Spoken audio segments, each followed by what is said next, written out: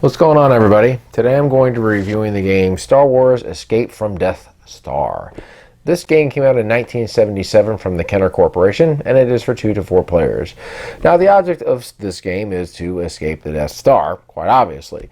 You're going to be in control of 2 different tokens that have 2 Star Wars characters each on them, and you're going to be navigating around through the Death Star and picking up force cards and trying to get the tractor beam and the blueprints, and then trying to get to the Millennium Falcon and escaping. So let's show you Star Wars Escape from Death Star.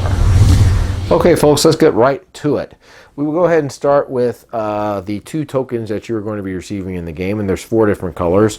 There's green, yellow, red, and blue. And one of the tokens has Luke and Leia on it, and the other one has Han and Chewie on it. Now, when it's your turn, you're going to get the choice of moving one of these tokens. You also have your spinner over here. On the top, it has the numbers 1, 2, 3, and on the inside, it has the words win and lose, and you're going to be using that in this area over here. You also have force cards right here, and you're going to be drawing one anytime you land on a blue space. And these cards can either help you or hurt you, and there's a whole ton of these cards as well. So just to show you some of the things that can help you, here's one that says blast the barrier with your blaster, move ahead 2. Here's another one that says Han and Chewbacca are trapped, move your Luke Leia to their space. Now there's also these spaces here that are called DS coordinates, and these are not going to affect you when you land on them. They're mainly going to be used whenever you draw these force cards, and what they're going to do is mainly move you to a different coordinate. So a perfect example would be move Han Chewbacca to Death Star DS7 coordinate, which would be over here, and you would just simply move your Han and Chewie over there if you drew that. There's also cards that are going to move you into what is called the detention block, and this works kind of like jail and Monopoly. In order to get out of the detention block, you're going to have to spin a 3, and you'll have 3 turns to try to do this. If on your 3rd turn you don't, you'll just simply spin the wheel and then move on out. Now there's also a card in here that will help you escape from the detention block, and you can just simply, whenever you draw this, you'll just simply hold on to it. So if you get sent to the detention block, you can simply play it and then get out.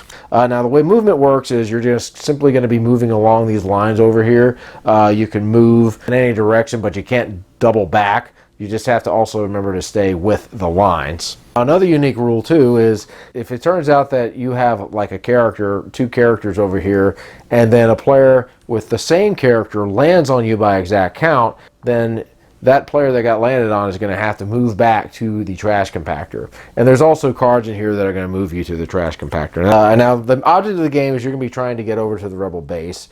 So you're going to be navigating through this board first, then trying to get to the Millennium Falcon, and from there, you're going to try to get over to the Rebel base. Now, in order to get to the Millennium Falcon, you have to get a tractor beam card, and you also have to get a Death Star blueprint. Here is the Death Star blueprint, and then here is the tractor beam card. Now, once you have these cards, you're going to be able to go ahead and make your way to the Millennium Falcon.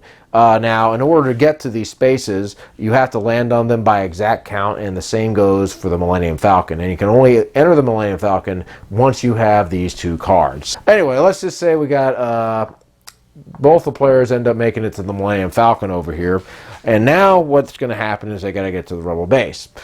So what they can do is they're going to move these 2 players together, and they can choose one of these spaces to go into. You can move forward or diagonally, but you can't move backward or sideways.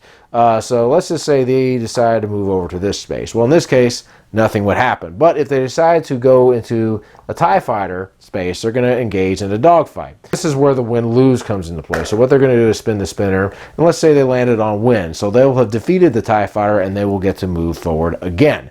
So if they decide to go to another TIE fighter, they can engage in another dogfight, and if they won that, they could go ahead and move again. So you could get to the Rebel base in 1 turn if you were able to defeat 4 TIE fighters. Or if you wanted to, you just simply move into a space where there is no TIE fighter and just stay there. Now, if you lose a battle with the TIE fighter, you're going to have to move all the way back here to the Millennium Falcon. But anyway, that's basically the gist of the game. Players are going to play, move around, draw the force cards, and the first player that actually is able to get both his tokens to the Rebel base is going to win. And that, folks, is Star Wars Escape from Death Star.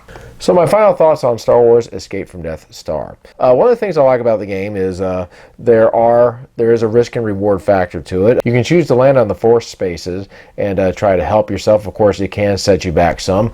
I like that little rule too, where you can use your characters to bump another player's characters back to the trash compactor. That's pretty cool as well. And so, the game does go a little bit back and forth. And this game goes by pretty quick too, especially if you're playing with two players. The one thing I'm not really fond of is how easy it is to win this game once you get to the Millennium Falcon. Once you get to the Millennium Falcon, if you're the only person that's there and has their two characters, you don't even have to fight any of the TIE fighters. You can just simply land on the blank spaces and just work your way up. So I think you could probably make a house rule easily, though, to fix it. You could say you have to fight at least one TIE fighter per turn or something like that. Just because in the movie there's obvious battles going on, and just being able to just fly off like that just seems rather anticlimactic to me. But again, this can be very simply fixed by just employing some house rules. This is a very simple game to learn. I think kids would probably enjoy it if they're Star Wars fans. Adults, yeah, I think they can enjoy it too. I think it could use a little bit of help just on the end over there. Another thing I noticed too is that you're not going to be wanting to land on the force spaces anytime you're close to entering the Falcon, or if you have both of the cards, you're simply going to want to just get on up there. So you're mainly going to be using those cards like in the beginning or maybe even in the middle to try to navigate and give you some advantages. Of course, you may end up getting sent back too. So I like that risk-reward factor to it. So would I recommend the game? I would recommend it if, for younger players. For older players, I think there's definitely better Star Wars games out there. This is a simple game. So if you're into simpler games and games you might be able to play with your family or maybe with your kids, or if you're just somebody just simply likes games that are not hard to learn and easy to play, this would be a game that I think you'd like. So guys, that's my review of Star Wars Escape from Death Star. I'll see you later. Keep on gaming.